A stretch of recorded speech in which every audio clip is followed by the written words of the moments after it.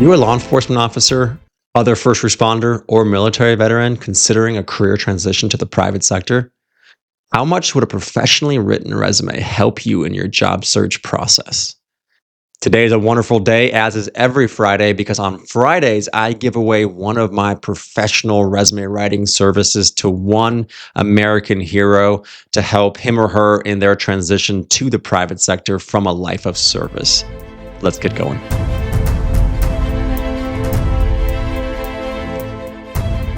Hello, everybody, and welcome to the Recruiting Hero Show. My name is Colin Whittington. I am your host. I'm also the CEO and founder of Recruiting Heroes, LLC, a national employment agency dedicated to helping America's law enforcement officers and military veterans transition to the private sector after a life of service.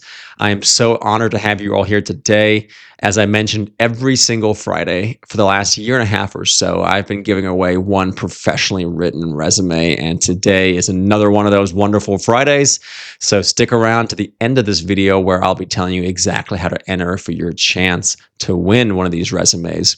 As always, I am giving away our Heroes Job Search Guide. This phenomenal document that we've created comes with our professional resume template, instructions on how to write a resume and optimize it for the job search process, step-by-step instructions on how to optimize your LinkedIn profile and how to use that to help you find jobs, and so much more. I'm going to link it down below, but it'll also be at recruitingheroesllc.com. Check it out. Check out all of our website. We have a lot of free services as well as other services that might interest you.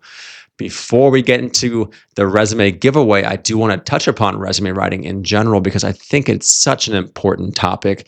So resumes are things a lot of people get wrong, especially those who have never been in the private sector or haven't been in the private sector for many years, because it's not something we really use in law enforcement or the military.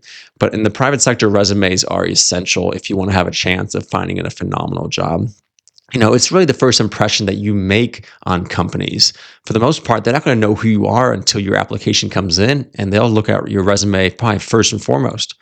And if your resume is not set up for success, if it's a disorganized mess, if it's lacking in keywords or action verbs, the chances of you proceeding in the hiring process are slim to none, to be honest with you.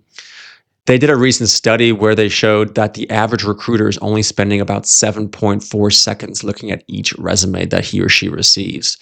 So this means you only have a handful of seconds to really win over that recruiter and to show them that you are the best fit for a role. And that's what makes resumes so important. They're an opportunity for you to really showcase your skills and experience as well. You know, you've done so much in your law enforcement or military career that would really benefit a lot of companies in the private sector. If you want to see some of our older videos, I talk about all the skills that you have that you can highlight.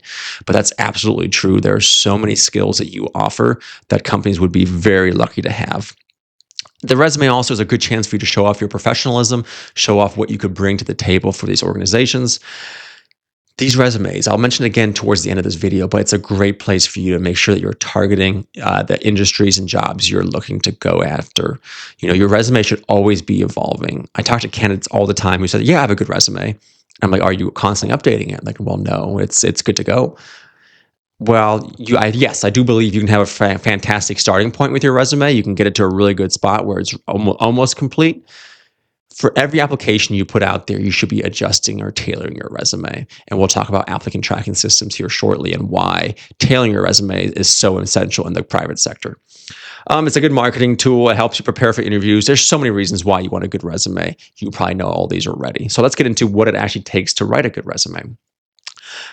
So this is on the screen right now. I'm sharing the template that I use for my own personal resume, as well as all the resumes I write for our law enforcement officers and military veterans. It's a phenomenal template that I think could really benefit you as well. The template is for free, so you can go to my website, or I'll link it down below as well. So at recruitingheroesllc.com or the link below, and get yourself a copy of this resume template. There's no reason why you should have to pay for a resume template, because there are a lot of free few good free ones out there, and then this one is absolutely for free for you as well. So do check it out. But a couple of things you really want to focus on. Obviously, your first and last name at the top. Use your legal name if that's what you go by. If you go by a different name, that's fine. Put it on there as well. Just make sure it's appropriate. Don't put on there your drinking buddy's name for you or nickname for you. We don't want that. Then you want obviously all the information about who you are and where you live and all that kind of stuff. So next, I'd recommend only putting the city and the state where you live. Don't put your full address. This resume will potentially go out to, dozens or hundreds of people over the next couple of weeks and months. You don't want everyone knowing where you live. So just keep the state, the city and the state. And if you do get hired or proceed in the hiring process and they need to know your full address, you can send it to them individually. So that's totally fine. Next, you want to have your cell phone number. I highly recommend you put your personal number, not your work cell phone number, because that just doesn't look very good if they call you and it goes to voicemail and it's your government phone number. It's kind of weird. So put your personal number on there. Same thing with your email as well. Use your personal email. Don't put your government email on there or your work email. It doesn't look very professional. It seems kind of weird, and just don't do it. And also make sure your resume is your email is professional and not something, again, that you made back when you were drunk in college or something crazy. All right. I'm a big proponent of having your LinkedIn profile link on your resume. Studies have shown that recruiters are spending more time on your LinkedIn profile than your resume. So you want to make it as easily as possible for them to find you on LinkedIn. Now, if you don't have a profile or your profile is very much not finished, I would probably take the link off at that point. But that's a whole other topic for another video, but you need to have your LinkedIn profile as strong as possible. And then you should absolutely have it on your resume. I like to have 3 titles at the top of your resume that kind of highlight who you are, the jobs you've had, and even the jobs you're interested in. So if you were, like in this one, a lieutenant, a law enforcement specialist, perhaps a third one could be, a program manager or something like that, because you're looking to get into program management or security management. Those are great things to add there, and it kind of shows what you're interested in and where your interests and passions lie. Next is the executive summary.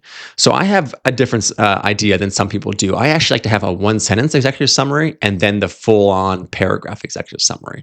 I think the 1-sentence option, which I have here in blue, is a really cool way to highlight who you are in just one quick sentence and really show somebody what you are. Because then I think that can really draw somebody in, get their attention, and make them want to read more, which then leads them to the full executive summary, which should be about 4 to 6 lines, not much more than that. And again, it should be a quick summary of you as you on paper of what you've done in your career. Big things here, don't use first person. You shouldn't be saying, I did this, I did that. You also shouldn't be saying your name. So I shouldn't say Colin Whittington is a whatever. So instead just say an accomplished law enforcement professional with over 18 years of experience, or whatever is appropriate for you. In this paragraph, you want to highlight your accomplishments using data or metrics, strong action verbs to highlight what you've done, and also give them a taste of what you're looking to go after. So if you're trying to get into the security industry, mention that towards the end. Talk about how you want to use the great experience that you've gained throughout your law enforcement career to further the security operations of an organization, or something along those lines. This is a great line as well that you can tailor towards the jobs you're applying for. So you can actually name drop the company to really show them that you tailored this resume for them specifically. So if you want to work for Amazon, you could say that you want to be a security manager with them or in other companies. So those are things that you can absolutely tailor very well. The next thing is the area expertise or skills. This is a very important one as well. Here you should highlight 9 to 12 areas of expertise or skills that really highlight you as a candidate. So think of things that you've done throughout your career that are very important for that part of your career, but also the future as well. If you were in law enforcement and you want to get into the IT industry, maybe don't put on there that you're skilled at handcuffing, because it doesn't really help you. So think of skills like communication, problem solving. If you know a very specific skill that actually relates to the industry you're trying to get into, mention that one on there as well. This is another great section that you could very easily tailor towards the jobs you apply to. You don't want to necessarily tear apart your whole resume, but if you could change out one skill for a skill that's on a job posting, that makes it very easy, and that'll help you score higher on applicant tracking systems. Next, your work experience. This is obviously an essential part of the resume. I want you to start with your current or most recent job first. You'd be surprised, but a lot of candidates do the opposite, where they start from their very first job they ever had and work backwards from there. Again, you only have a handful of seconds to win over a recruiter, so you want your most recent jobs first, and that's really what they care about anyway. It's really the last 10 years or so. Use bullet point format. You shouldn't be doing full paragraphs because that just makes it difficult to read for a recruiter, and the last thing you want is for a recruiter to be frustrated when he or she looks at your resume. Each bullet point should have one real focus, and that focus should be to highlight why you are the best person for the job you're applying to. So anything that's vague or just fluff, take it out of there. Every single word and every single sentence should have a very strategic point, and it should be trying to drive home the fact that you are the best candidate for this job. Use action verbs, use metrics and data for sure. That's one of the biggest problems I see, is that people are far too vague on their resumes and they're very generic with their phrasing. So I want to know exactly what you did. I don't want a description of what every single cop in the country does. I want to know what you specifically did. So try to think about how you can do that. I should have mentioned early on, but the resume should be around 2 pages in length. The old 1-page standard has kind of gone away. Now 2 pages is really accepted standard. I wouldn't go much past 2 though. 3 if you're really senior. Of course, if you're applying to federal jobs, this may not totally apply. They're fine with up to 5 pages usually. But for the private sector, I keep it to 2 pages. So you want to go backwards through the rest of your jobs that you've had. And I say again, focus on the jobs you've had in the last 10 years or so. Because again, that's what the recruiters really care about. You can still list out the other jobs you've had before the 10 years, but you can simply make an additional positions section like I did on this resume and list out the jobs you've had and not go into further detail on them. The only exception to this would be if you're in the military. I would say go into a little bit more detail on your military experience because companies love hiring veterans and you want to really show that you're a veteran. Or if you previously held a job that was very similar to the job you're applying for now. Those are really the 2 circumstances where I would only go into details on jobs you've had over 10 years ago. Next is the education. I would leave high school off. That's all you have. Get rid of the education section. But this is a good spot for advanced degrees like associates, bachelor's, master's, PhD. If you're really fancy, put those there. The next one is certifications. Here, focus on about 10 to 15 certifications or trainings you've had. We in law enforcement and the military as well go through a ton of training. You could make your resume 40 pages long if you listed every single certification and training you went through. Find the 10 or 15 that align best with the job you're looking for. So things like the leadership courses or very technical ones that are really aligned with what you're looking to do, or problem-solving courses or communication courses. These are things you should absolutely highlight. All right. So I mentioned applicant tracking systems. I'm not going to spend a ton of time on this because you probably do know, and it should be a whole nother video actually. But applicant tracking systems are software that pretty much every major company, even minor company nowadays have. My company has our own. And these are systems that help keep recruiters and hiring managers organized and allows them to share the job posting across a wide range of job boards and keep them all organized in one location. So my company, we use a job board. And if I went in there and wrote a job description for a job I'm looking to hire for, once I hit submit, that job posting goes out to all the job boards we're partnered with. So LinkedIn, Indeed, Monster, Dice, and 20 plus more. What's cool is when you apply, regardless of what platform you apply from, your resume and application get funneled back to me into my applicant tracking system, which makes my life easier. The system then scans your resume and scans the job description and tells me with a percentage score what percentage fit you are for a job. So here's an example of what an old job I applied for. This was a talent acquisition specialist job.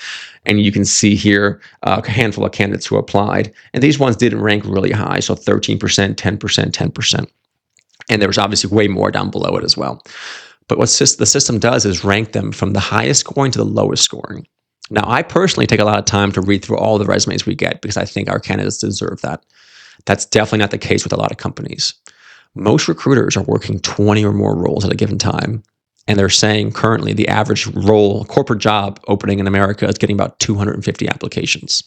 So I'm not great at math, but 250 applications for 20 jobs is a ton of resumes these recruiters are receiving. And for the most part, they are rewarded, or really their performance is evaluated by how many candidates they hire or place. So they are incentivized to be as quick as they can. So if they receive 250 applications, but the system says, hey, Colin, these are the top 10. Those top 10 may be the only ones that a human will actually look at.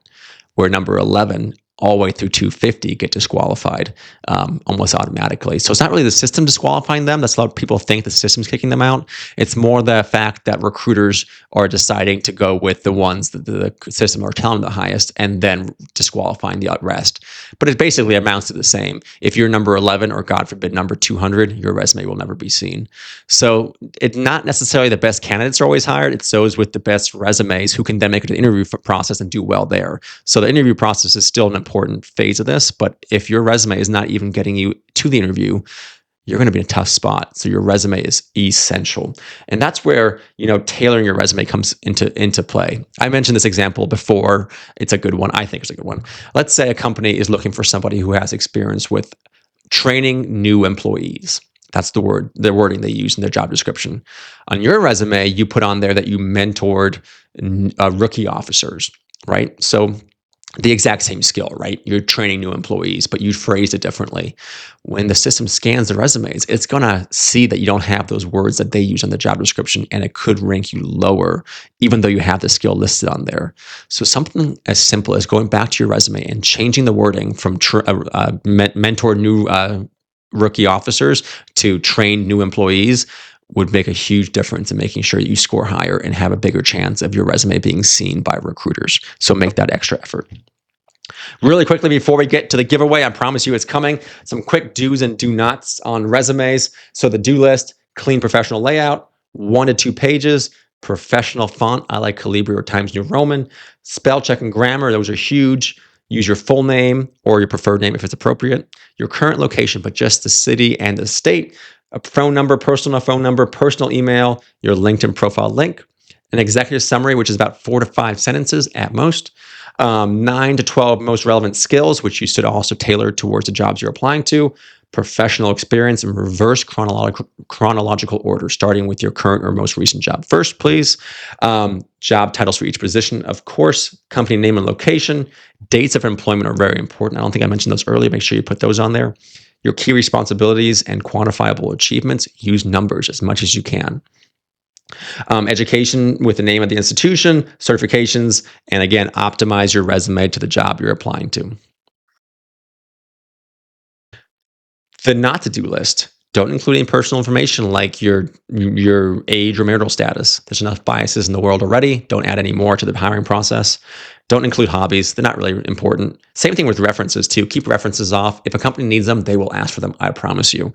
Of course, don't lie on your resume. Don't use cliches or generic phrases. No inappropriate emails. No flashy designs. Make sure you do spelling. Don't have spelling mistakes throughout it. And then references, again, keep those off for now. All right, that was a really quick covering of how to write a strong resume. I go into much more detail in other videos. I'm also a professional resume writer, so if you want a professional help, reach out to me. I'd love to do that for you. But here is the game for the day, or the plans for the day. I'm going to be giving away 1 professionally written resume. There's really 3 things you have to do. You have to like this video, please. Subscribe to this channel. All right, you have to be a subscriber to be entered for the win. And down below, in the comment section, I want you to comment. I want you to tell me, what was your favorite assignment while you were in law enforcement, right? What role or position did you enjoy most? If you were on patrol the whole time, you can talk about what's part of the city or town you liked the most. But if you had different positions, what was your favorite? All right. For me, I honestly think my favorite was when I was a community policing officer. So those are deputies that worked in the community and worked with HOAs, worked with religious faith groups, with other communities within the assigned area. I handled traffic complaints. I handled criminal complaints. I just had a lot of fun in this position. I actually made more arrests and had more traffic tickets or traffic stops in general than I did on patrol. And the community policing unit as a whole made more arrests than almost any other division or unit in the agency. And it was just a really fun job. The schedule worked great for family life. I was also just given a lot of freedom by my supervisor. So that for me was my favorite. So comment below, what was your favorite assignment in your current agency or former agency? And then if you can, also give me a brief reason why you think you deserve this resume and what you're hoping to achieve with it, like what industry or job you're trying to pursue, because I would love to hear that as well. So again, like the video, subscribe to the channel, and comment below. But that's all we have time for time for today, folks. I will announce the winner tomorrow, so do stay tuned once you've had a chance to comment below. And as always, stay safe out there and have a wonderful weekend. Bye, guys.